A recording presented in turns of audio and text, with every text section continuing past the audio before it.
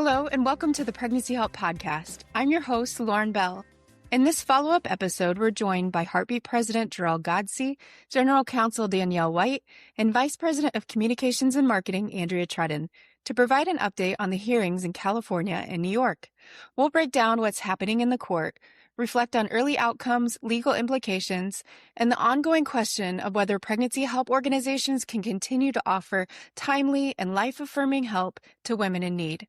Thanks for joining us today, everyone. Andrea, I'll hand it over to you. Thank you so much, Lauren. This past week has delivered several major legal developments that directly impact pregnancy help organizations. From a unanimous 9-0 Supreme Court decision in First Choice Women's Resource Centers v. Davenport, to ongoing hearings in New York and California over abortion pill reversal, to the Fifth Circuit ruling that paused the mailing of abortion pills only to be temporarily stayed by Justice San Alito just 3 days later. It's been a week. So these cases all point to one central question. Can pregnancy help organizations continue offering compassionate, life-affirming support without being silenced or punished for doing so? These legal battles are not only about policy, they're about whether women can continue receiving real options, real information, and real help in their moment of need. So I am excited to be back with my two colleagues today, Jor-El and Danielle. Thank you so much for being here. Glad to be here, Andrea. Thanks. Thanks for having us. Jor-El, I want to start with you. So walking chronologically through the week, let's start with the Supreme Court's decision in First Choice v. Davenport. Why is this ruling such an important victory for pregnancy help nationwide, and actually to a certain degree worldwide?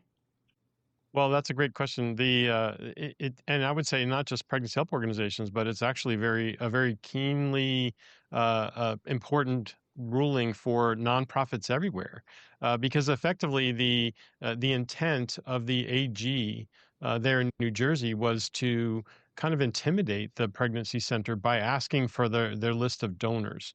And so there was this big discussion, and there's this path, and I'm not the lawyer. Danielle can help straighten out whatever I say that might be slightly off. But essentially, this is really a state conversation, but it became a federal conversation because it was really a First Amendment question, and it was a protection scenario. And so the ruling, in one sense, the fact that it's 9-0 is amazing. The fact that it basically pushed back on the idea that these powerful AGs, and we know, of course, that there are abortion states with very powerful AGs. Heartbeat knows that especially well. These powerful AGs are able to do things, and sometimes they do things that are actually politically motivated or ideologically motivated and not necessarily about true law enforcement, which is what an AG is supposed to be about. So for the sake of pregnancy help organizations, this tells a bunch of other potentially aggressive AGs that they should be very careful making these steps. They should not overstep their bounds. And so this was a rebuke, in a sense, by the Supreme Court on this effort to try to do that, and that in fact they can pursue this action. This court case actually goes on; it continues. This was not a full ruling on the merits of it. It really was on a key piece about the action of the AG relative to the donor list. So the good news is that we got a 9-0 decision. How often does that happen? It's kind of amazing that it was 9-0, but that the actual court case now continues, and that tells us something else. But this is key for all of us to remember, and I want to commend Amy and her team. I mean, they received this notice that they were being subpoenaed. This is a long time ago now. This is a couple of years ago, and they've been walking through this path for a good amount of time to really get to this point. In fact, I remember praying that for the fact that SCOTUS would take this up. There were several opportunities for them to do so that they did not take, but they kept it on the docket and then they took it. So this is good news that the Lord gives us an opportunity to be before the Supreme Court of our land with our people, and we're grateful for this win, which does help pregnancy help organizations across the nation. Any one of us who have donors, who are 501c3 degrees. And that's why I say it's really effective for other nonprofits as well, who might be similarly positioned with an aggressive attorney general who is working on a political path or ideological intimidation than really law enforcement. Because as this was evident, there were no actual complaints to the AG that they could point to for this action, and that just exposed the aggressive nature of it. And I would say that, anytime that our courts speak so strongly in favor of pregnancy help, it really echoes around the world. I've traveled many countries, and I'm always amazed at how much our friends in other countries know about our politics and our systems. And they certainly are aware of Roe versus Wade, and they were excited for that being overturned. And so anything that supports the positive work of pregnancy help really encourages them, even as they operate in different types of governments. They at least are excited about the opportunity that they see here in the U.S. for good footing and really good purchase for the work that we do happening even in the most blue of blue states and abortion states like New Jersey. Well, and you would think that, knowing that the ACLU even wrote an amicus brief on behalf of this to say, no, you can't just go in and subpoena for donor records of any organization, that would kind of put the attorneys general in their place. However, we've already seen that New Jersey doubled down because, as you noted, this started years ago under a completely different attorney general, Plotkin, and now has changed over to Attorney General Davenport, whereas she doubled down and said, okay, we need to expedite this, and you need to get those subpoenas answered right away. So, Danielle, moving to you, knowing that in New Jersey this is continuing to happen, and then in a way, New York, we're seeing this ongoing legal pressure surrounding speech and subpoenas. How do these connect to the broader question of whether pregnancy centers can freely serve women without government interference? Yeah, it's a great question. I mean, one of the first things that I want to make sure I say in the wake of First Choice is any pregnancy center that finds itself receiving a subpoena should absolutely reach out to counsel immediately. There was sort of this funny moment in the oral argument when New Jersey was trying to claim that their subpoena was a non-subpoena because, not to get too much into the legal weeds, but they were saying it was non-self-executing. But basically what they were trying to argue was like, oh, no, it's really not a subpoena.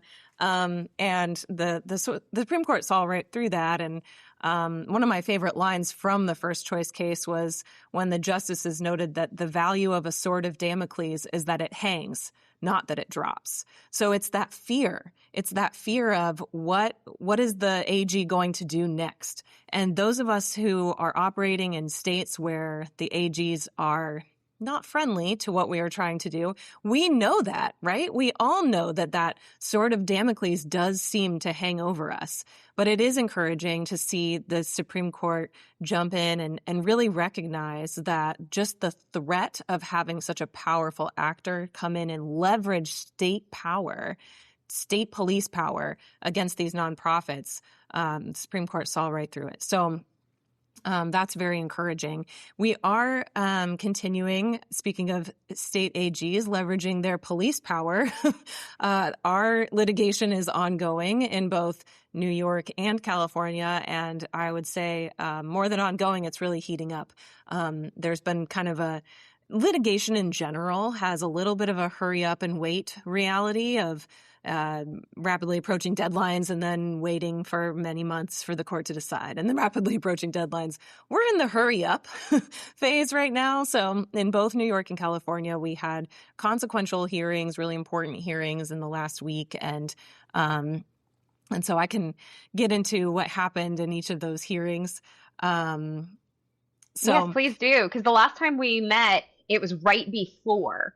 So like trials had just been issued, and we were like, how's that going to come into play? And so then, since then, New York, and then after a couple of delays and reschedules, California. So yes, please get into how those cases have evolved since we spoke last.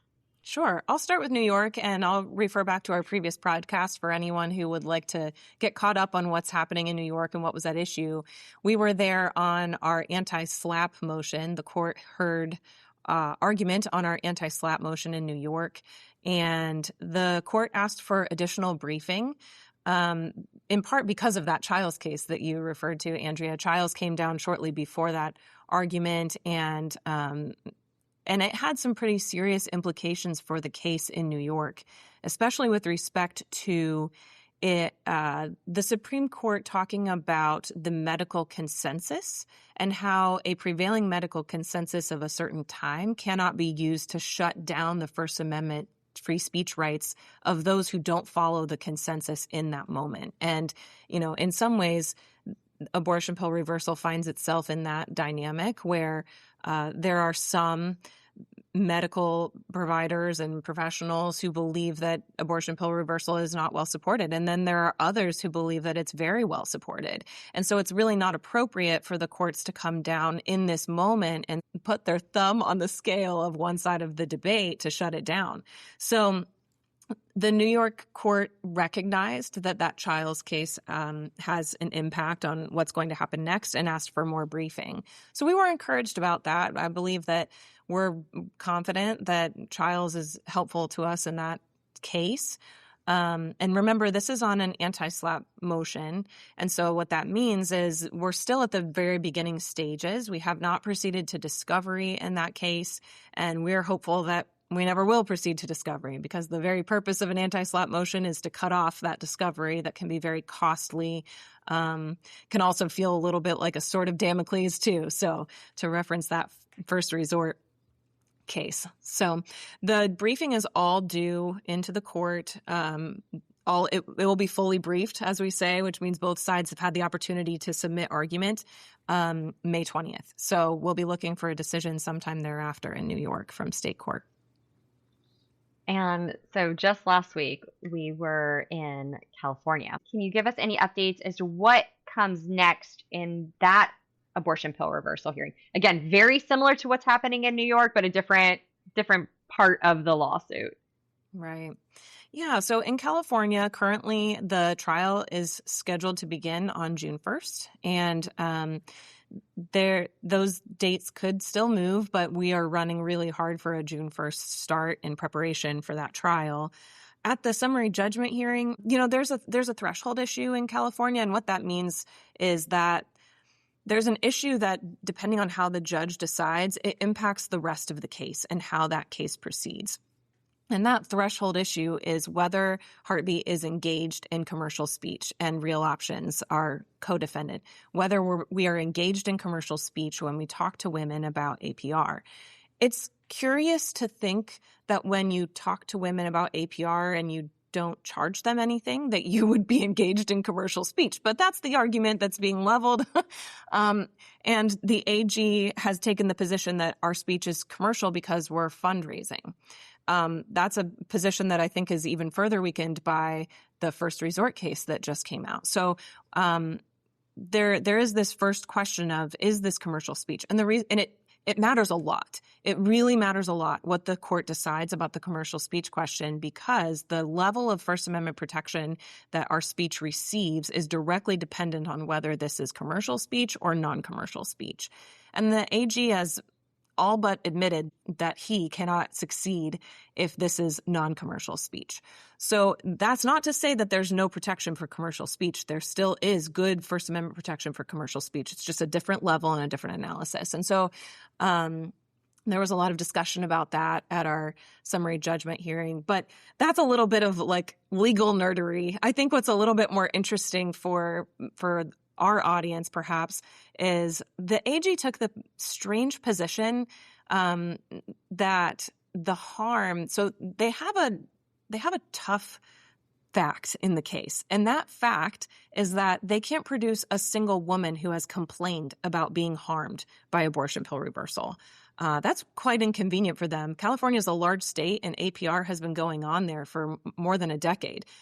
So it's hard to imagine that women are being tremendously harmed by this speech when not a single person has materialized to actually complain about it.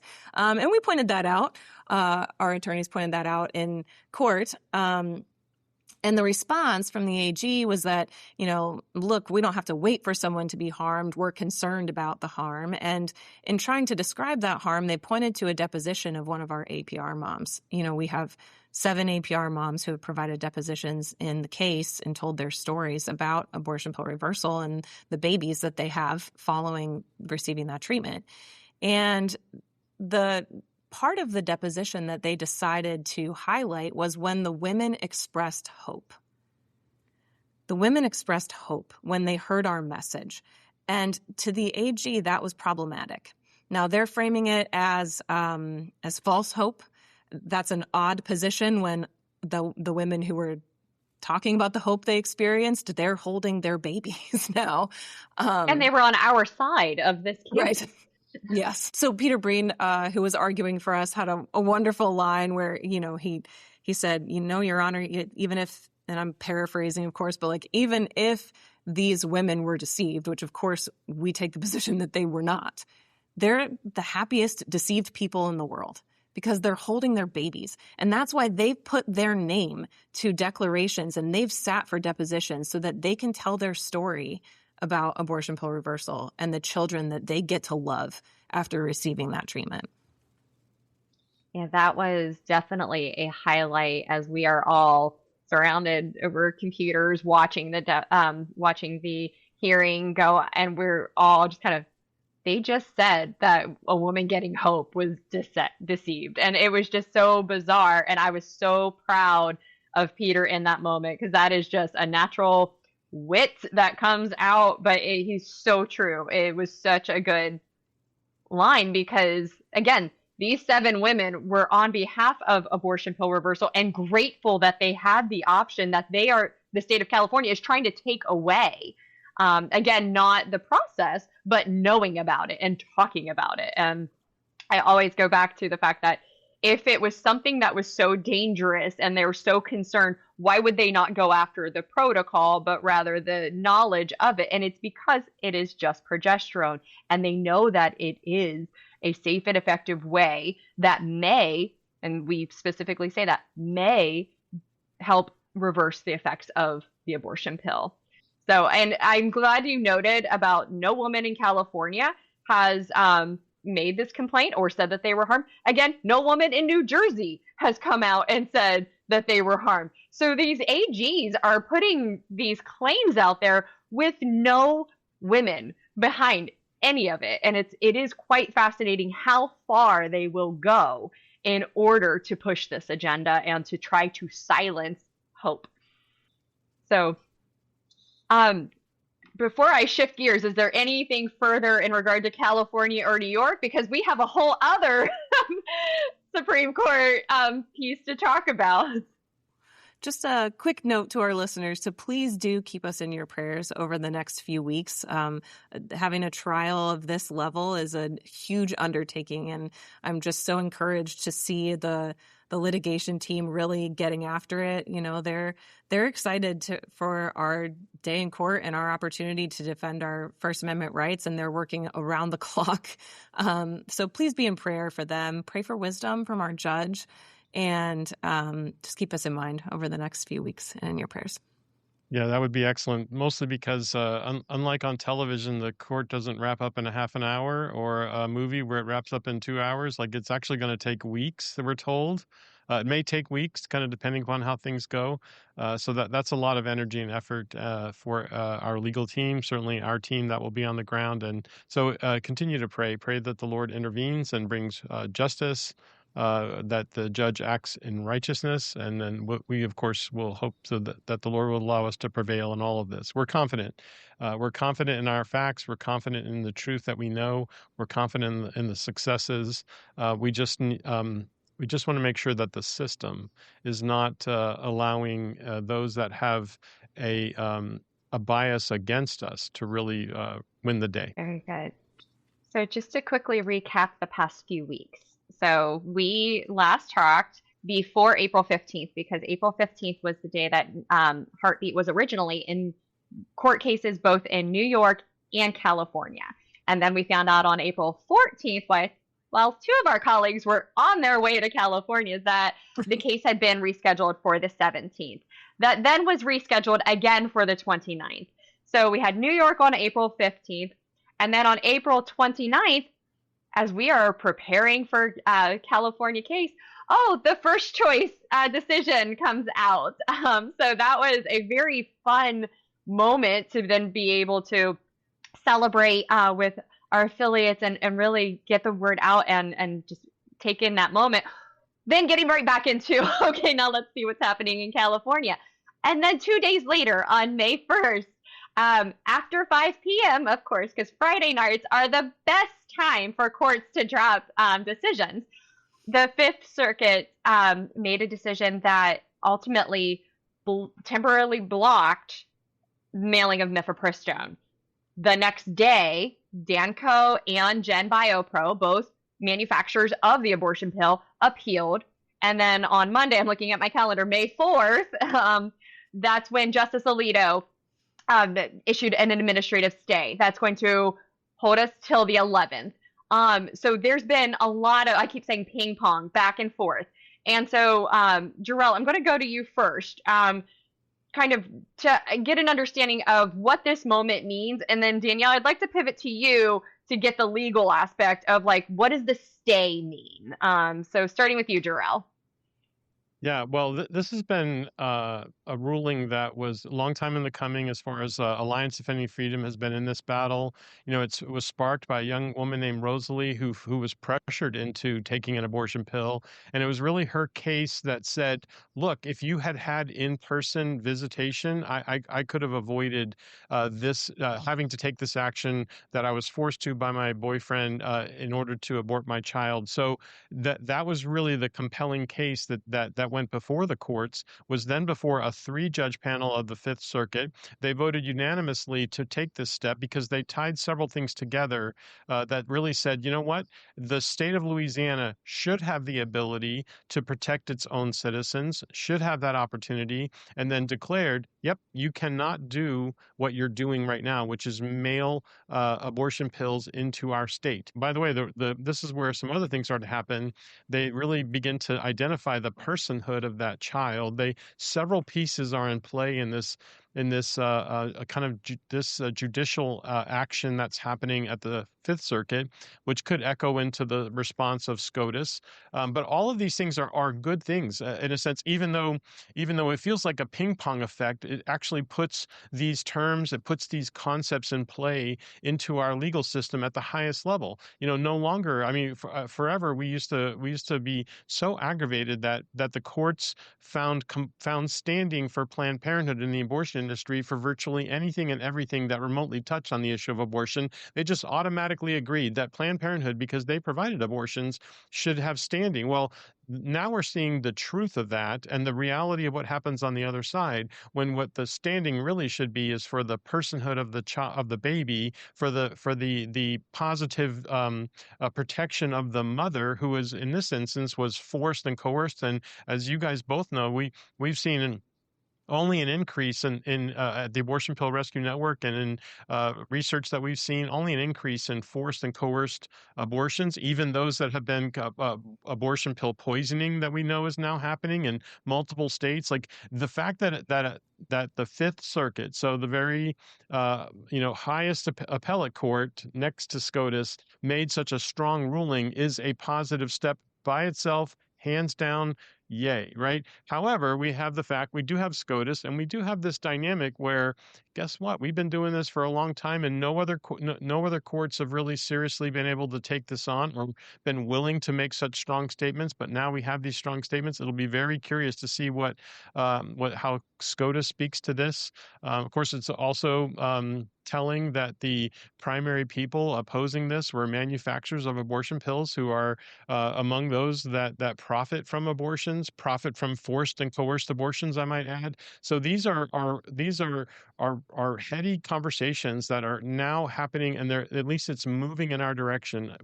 Whether SCOTUS jumps in and does it now or not is certainly a question that I'm sure Danielle knows the exact answer of what's going to happen here in the next few days. But regardless of what does, the fact that we're having these conversations at this level is a good thing.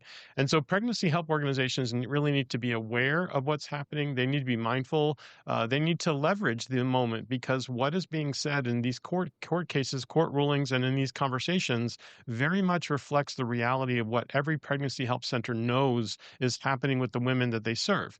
They're being pressured. They're being coerced. They're being forced. Their choice is being taken away. And so that's exactly what these conversations are about. And the fact that they're happening at such a high level is good for us, and it's good for them to echo to their community, to their supporters, to everybody, to the churches. We should be talking about this to everyone. It's a good thing. It really kind of gives us a moment to really speak strongly. And so don't hesitate. You should be crafting your articles right now. You should be writing your letters, your emails. You should be encouraging, hey, look at this, sending the information out of ADF and their press release. Sending the things that Thomas More Society is producing about what's happening. And there are amazing things going on that support what you do, that show the strength and power of the service, the compassionate service that you provide. And it's high time that these kind of conversations and these kind of rulings have come from our courts. And Danielle, are you able to expand a little bit as to like the procedural elements of what we should be looking for next? Yeah, so I'll just note that the stay that the Supreme Court issued is just an administrative stay. It's designed to try to maintain the status quo while the court takes a little bit more time to do some analysis and write an opinion. My understanding is that we could see an opinion anytime now. The stay, I believe, is extended until Monday, the 11th. The 11th. So as if our week hasn't been busy enough already. Yeah. So it's just an administrative stay. Nothing. I wouldn't read anything into it, or one way or the other. Pretty routine, I would say. Yeah. So at this time, the abortion pill still can be nailed because of this stay. So, and then if they come back and find in favor of the Fifth Circuit, and say that their ruling is correct, then in theory, then mailing of abortion pills can be halted. Now, the tricky part of that is that we did get a preview into how people will respond. And so we already saw pro-abortion advocates and commentators throughout there. Abortion is still able to be accessed through misoprostol only means, which I still question that because the mailing would still have to happen in theory. But they're already trying or showing their hand as to what their next step is. And they're also throwing out strategic elements that may include some escalation, so marches and things. So how should our pregnancy help organizations be preparing in case a decision comes down, similar to Dobbs, that pro-abortion activists and I need a better term than activists for just angry people looking for reasons to throw things, may respond, knowing what we've known over the past couple of years. How can we learn and apply some of that knowledge from Dobbs for what may come to fruition again if another decision comes down that is on the pro-life side? Well, we've already seen some hints that this is what they're preparing. Now we don't have necessarily intelligence on, not that any of this is intelligent, by the way, but we don't have any intel that these things are happening, are definitively planned. We just have kind of the hints, some of the same things that we saw 5 years or 4 years ago. We are now seeing them doing, like they're sending out surveys. They're talking about a day of rage. They're talking about certain things that echoes what happened when Dobbs came down, even during the leak. If you recall, like this was a big deal. And I know, it was a big discussion about security at centers. We had vandalism, everything from things that were seemingly benign, chalk on sidewalks, although frankly some of the messages that the chalk carried were actually threatening messages, which are not benign at all. Then we saw spray paint. We saw all kinds of things. We even saw vandalism in the form of broken glass, broken windows. And then the worst part of that is we saw actual firebombing of several locations, including the center, by the way, I used to run back in Colorado, was a victim of that. took them offline for several months before restoring and renewing that property to be able to serve clients again. So these are things that we began to see happen, and frankly, it caught us kind of flat-footed because at the end of the day, we're just trying to help women, make a choice, right? Which I thought that's what they wanted. They were proponents of choice. But pregnancy help organizations and churches who are strongly pro-life represent kind of soft targets for such things. Now, we hope that our DOJ will be more inclined, the FBI will be more inclined, which, by the way, something we learned in recent weeks was that, yes, there was a weaponization of the DOJ against pro-lifers. And I can tell you from having reviewed those documents, particularly the parts that were about the actions that we just talked about, the vandalism and the violence perpetrated against pregnancy help centers, we saw something on the reverse, which was whenever there was an action against an abortion clinic, the first phone call, it seemed like, or the first call that was made by the abortion industry was not to the sheriff or not to the chief of police, not even to 911. It was to the FBI. And I even asked, I said, well, was this something that should be a path that we should be mindful of? And I was told absolutely, because as long as the FACE Act is in play and it's in question, it's being, there are several calls for its repeal or replacement. But as long as the FACE Act is in play, then the one thing that we know is that pregnancy centers are reproductive health facilities according to the FACE Act. And so that makes it a federal issue. So the minute that you see someone outside who you're concerned about, or the minute you have any action or activity that is of the vandalism or violent nature, you should, yes, reach your local facilities, but immediately call the FBI because they need to be advised. Because one of the challenges why there weren't more enforcement against such things that the FBI raised was that they were not contacted soon enough. And so we need to, this is a weird place for us to be. Like we don't want to have to contact any law enforcement. There should be no need. But our opposition is putting themselves in a place where that might be what we need to be ready to do. So we need to have that information on hand. I would even put it into your cell phone so that you can dial it instantly. The local FBI office, go online, figure out who it is, just put it in your phone for that moment that we hope never comes, but that you have to reach out. You want to be able to act quickly. And if you've installed your security system and you've kind of gotten, it's not been activated as many times as it was when you first installed it and you first had to hey, get back to it. Tighten up, particularly in this season around this decision and around whatever may come next, because depending upon, as Danielle said, we're not sure what this means. That we can't read into it what the fact that it was stayed doesn't tell us one thing or another, but we have some very powerful opportunity and possibilities. And the other side is gearing up for it. And we've already seen that one of the ways they act when they get bad news is throw tantrums, and they throw it at us, and they throw it in a violent way. And the good news is, after the Dobbs decision happened and we started to see this, we pulled together a lot of resources. So we will link to that in the show notes to get back into those resources, because it does have some really good content that you should review, not only yourself, but I would suggest with your team, so that anybody who is arriving and may be the first to the scene knows what protocol to go for. Take pictures. You want to have all of it documented. You want to have that phone call with the FBI because, as you noted, Jor-El, the other side was doing this where they were documenting every single time a sidewalk advocate would be outside, to where we don't want to be seen as nuisances, but we do want to record and document things. So that is something that we will put in the show notes just for your review, and be certain that you are as ready as possible. Favorite phrase in my family is better to have and not need than to need and not have.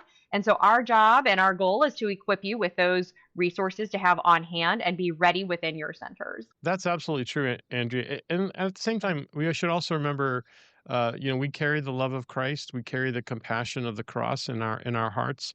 And for those who are opposed against us, the scripture is clear. We're to pray for them. And so there's been, there's this longstanding kind of discussion in our movement about how to deal with protesters on the sidewalk, those who came to voice their opinion. And, I've heard many great stories about, yeah, we brought them cookies, we brought them, muffins or donuts, and they really didn't want anything to do with us because they were just angry and mad. But we showed them love, and we still need to do that. So it's kind of a tricky balance, right? Because as we can see, and we were talking just before the podcast, the idea, like what we just saw at the attempted assassination attempt, in the White House Correspondents' Dinner. What we saw was someone who looked normal, who you wouldn't necessarily identify, and what you wouldn't walk by on the street and think, wow, that person, is really angry, an angry activist. But they are, and this person was. And while that's not what we would ever expect, or certainly hopefully ever have to be concerned about that level of violence, but it's the idea that, look, just because someone outside looks like they're just standing and watching what's happening, you just never know. So be on guard, have your discernment meter up, but as Andrea said, be prepared, document everything, work in coordination. This is a good time to review your policies that help you kind of avoid those things, that help you just reinforce good practices for the protection of you and of your center and of any and all of your staff members, and of course of the mission that you've been called to fulfill. That is a great closing of the questions, but I am going to throw one more at you that may be a little unfair based upon all the different things that we've seen in the past week. But Jor-El, in your mind, from what we've witnessed, what was the most significant takeaway just this, like with everything that we've been talking about recently with these court cases? Which was the most significant takeaway for pregnancy centers? Well, probably the most significant one is that God is watching out for us. We have felt on the short end of the stick for many years, and some things have changed, and part of that is at the court, part of that is in other places. It's the strength of our folks that are leading the way in life states. But pregnancy help is the kind of the anchor. It's the essential power of really the pro-life movement. And so while we're grateful for all of the things that are happening elsewhere, the reason that we are the target of so many things is because we have been effective. The reason that we are finding a level of ascendancy, I mean, good grief, we we had our first SCOTUS win in 2018, and here we are again. It's like wow, these are big things. They're good things, and there's a reason that these are big things, because it's so important to help women every single day to have a choice other than abortion. It's critical. It's the thing that I think God is elevating us and kind of escalating our work in a way that is drawing the kind of attention we don't want, but is also establishing the kind of attention that we need in order to preserve and protect pregnancy help going forward. So Danielle, same question to you. In the last week and all the things that have been going on, what's been the most significant takeaway for pregnancy centers from your perspective? I've been reflecting a lot on, and this is maybe a little bit of a roundabout way to answer your question, but I've been reflecting a lot about trust in the Lord and in His timing.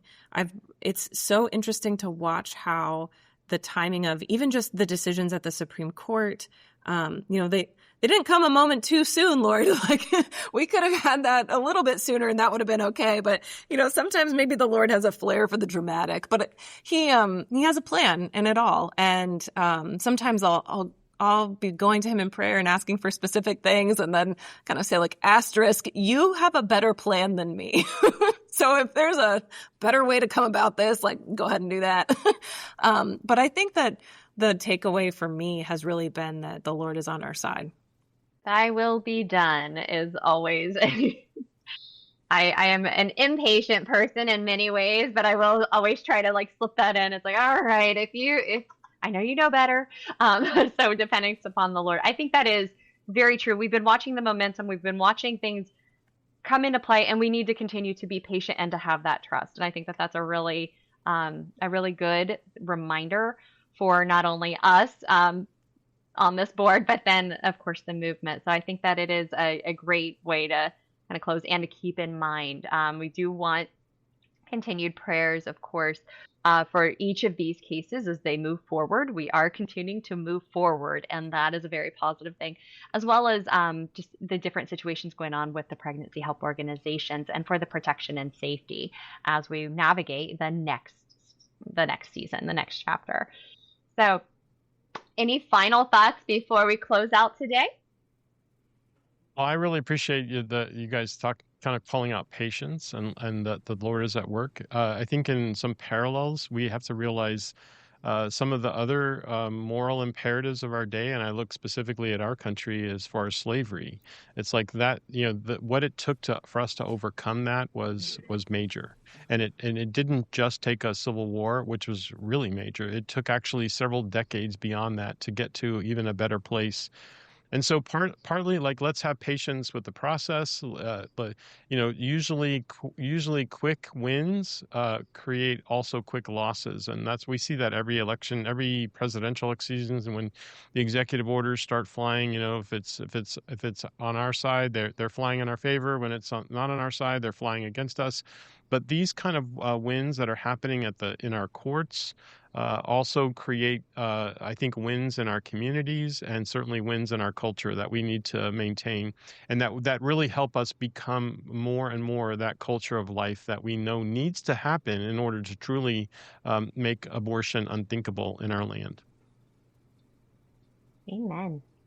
Well, Jor-El and Danielle, thank you both for joining me today and helping break down these important legal developments. As we've discussed, the cases are about far more than courtrooms. They're about protecting the ability of pregnancy centers to speak truth, to serve women, and offer life-affirming care without government intimidation or interference. So while we are still moving forward in both California and New York, we do remain hopeful and encouraged, as Jor-El was just saying, by everything that we have been witnessing. So we ask listeners today to continue praying for wisdom for the courts, protection for the pregnancy help organizations around the world, and most importantly, for the women and families directly impacted by these decisions every single day. So I would like to encourage you all to check out the show notes for these important links in regard to the court cases, as well as the center defense tools that Heartbeat International has prepared for y'all. And then please like and subscribe the Pregnancy Help Podcast. And we will probably be back in a few weeks with new updates. As we are just watching things move very swiftly, we will keep you up to date as to how this may impact you and your organization. So thank you so much, and thanks for listening to the Pregnancy Help Podcast.